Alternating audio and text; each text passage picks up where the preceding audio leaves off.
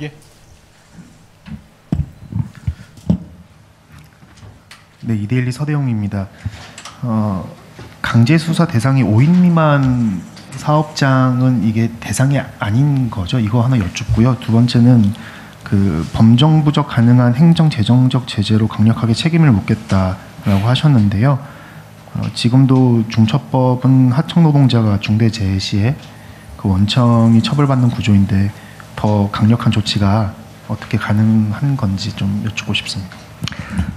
좋은 질문 감사드립니다. 먼저 5인 미만 사업장은 중대재해처벌 제외이기 때문에 일단 여기서는 강제수사, 중대재해에 대해서 강제수사를 확대하겠다. 이 말씀은 그동안 강제수사는 대형 사고, 다수가 사망한 사고에 대해서 적극 활용해 왔습니다만은 사업장 규모를 불문하고 반복해서 발생되는 또는 사전 예방 안전 조치만 강구했어도 막을 수 있다고 판단되는 재래형 사고에 대해서는 왜 그러한 안전 조치를 사전에 하지 못했는가에 대해서 그 원인을 분석하기 위해서라도 강제 수사가 필요하다고 생각됩니다. 그동안 발표됐던 여러 가지 제재가 있는데 범정부적, 행정적, 경제적 제재가 추가될 것이 무엇인가와 질문과 관련해서는 9월 15일 발표한 노동안전 종합대책에 그런 경제적 제재 부과 방안이 포함되어 있습니다. 물론 이것은 관련 법안이 통과되어야 합니다. 통과되는 즉시 부과하는 방법을 말씀드리고요. 특히나 지난번 국무회에서도 대통령께서 강조하셨듯이 공공 부분에서부터 모범을 보이라고 말씀하셨습니다. 그래서 조만간 우리 공기업들에 대해서도 간담회를 통해서 이러한 범정부적인 이런 산업안전 종합대책이 공공 부분에서부터 먼저 모범적으로 수행될 수 있도록 다시 한번 강조하고 협의할 내용들을 협의하도록 하겠습니다. 이상입니다. 현장에 질문이 없으시면 SNS를 통해서 들어온 질문을 제가 대신 드리겠습니다. 서울경제 양종군 기자입니다. 현장에서는 안전조치 실효성을 높일 중간관리자 역할이 중요하다는 목소리가 높습니다. 9월 안전종합대책에서도 장관님은 경영진 노동자와 함께 중간관리자를 강조하셨습니다. 중간관리자 역할 강화에 대한 대책을 구상하고 계신지 궁금합니다. 네, 좋은 질문 감사합니다. 안전한 일터를 만들기 위해서는 경영 책임자에서부터 하청 노동자까지 모두가 안전에 대한 똑같은 인식을 공유하고 사전 위험성 평가 그리고 사후적으로 발생되는 불이한 사고에 대해서는 실효적인 작업 중지권 발동을 통해서 안전한 일터를 만들어야 합니다. 그 과정에서 중간 역할을 하는 중간 관리자, 안전 관리자들 역할이 대단히 중요합니다. 그래서 정부에서는 이 중간 안전 관리자의 범위를 더 확대하고 무엇보다 실효적인 이들의 역량 강화를 위해서 예를 들어 가칭, 초급, 중급, 고급 과정에 이런 교육 과정들도 개설해서 제일 위에 있는 원청 경영 책임자부터 그 업무를 담당 수행하고 있는 하청 노동자까지 그 중간에 매개 역할을 할 이 중간 안전관리자 역량 강화에도 많은 지원을 할 예정입니다. 네, 이상입니다. 네, 다음은 경향신문 김남희 기자 질문입니다. 몇 건 되는데요. 첫 번째, 이번 사고 당초 지하 수조에서 작업자가 혼자 작업하고 있었다는데 이런 작업에 적용되는 안전수칙이 어떤 것들이 있고 현재까지 파악하신 바로 지키지 않은 게 무엇이 있는지 설명 부탁드립니다.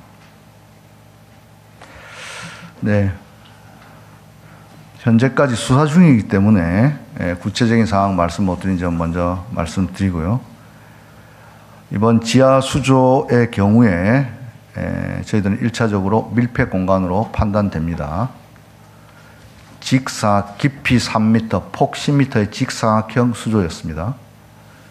수조의 계구부는 약 80cm 전후로 사람 한 몸 정도 들어갈 정도의 계구부가 있고 그 통로를 통해서 내려가면 직사각형은 밀폐되어 있기 때문에 밀폐 공간으로 사료됩니다. 이러한 밀폐 공간에서 작업할 때는 우리가 지난번 발표하였듯이 사전에 밀폐 공간 내에 어떠한 재해 물질이 있는지를 사전 측정해야 하고, 두 번째, 밀폐 공간이기 때문에 송기 마스크라든지 보호 장비를 착용해야 하고 충분한 환기를 시켜야 합니다. 이런 것들이 사전에 잘 이루어졌는지 철저한 수사를 통해서 밝혀내겠습니다. 지난번 맨홀 사고에서도 마찬가지고, 또 최근에 램콘 안에서도 마찬가지고, 밀폐 사고, 즉 질식사의 특징은 복수가 돌아가신다는 점입니다.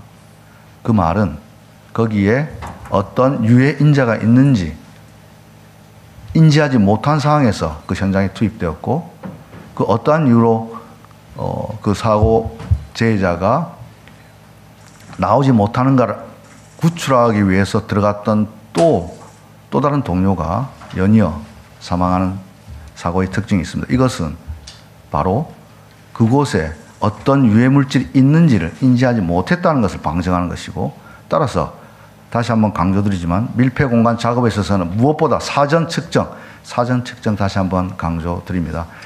안전하게 일터를 만든 다음에 노동자가 투입되어야 합니다. 노동자 스스로도 그 점 다시 한번 스스로 그 점을 잘 지켜주실 것을 당부드립니다. 이상입니다. 예, 그럼 배석하신 경찰청 관계자께 질문 있습니다. 같은 경향신문 김남희 기자입니다. 이번 달에 산재 사망 전담팀을 구성해서 재난안전 특채 출신이나 산업안전 관련 자격증 등 재해 분야 전문성을 갖춘 수사관을 배치한다고 발표하셨습니다. 이번 사건에 전문성을 갖춘 수사관이 얼마나 배치됐는지 궁금하고, 또 어떤 혐의를 적용해서 들여다보고 계신지도 궁금하다고 하셨습니다.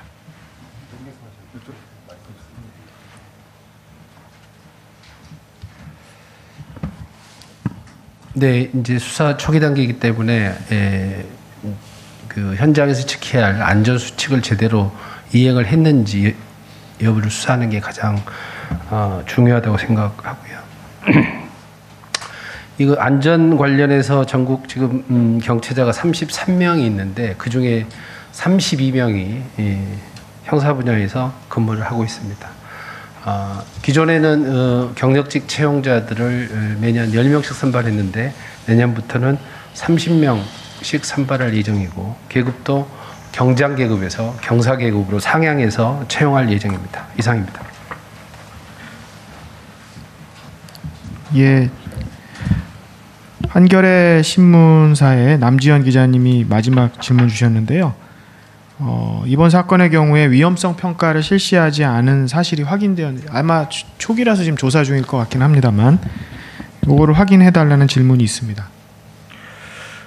수사 단계이기 때문에 예, 현재까지 그렇습니다. 예. 수사 단계이기 때문에 말씀 못 드린 점 양해 부탁드리겠습니다. 혹시 플로어에서 질문 혹시 추가로 있으실까요?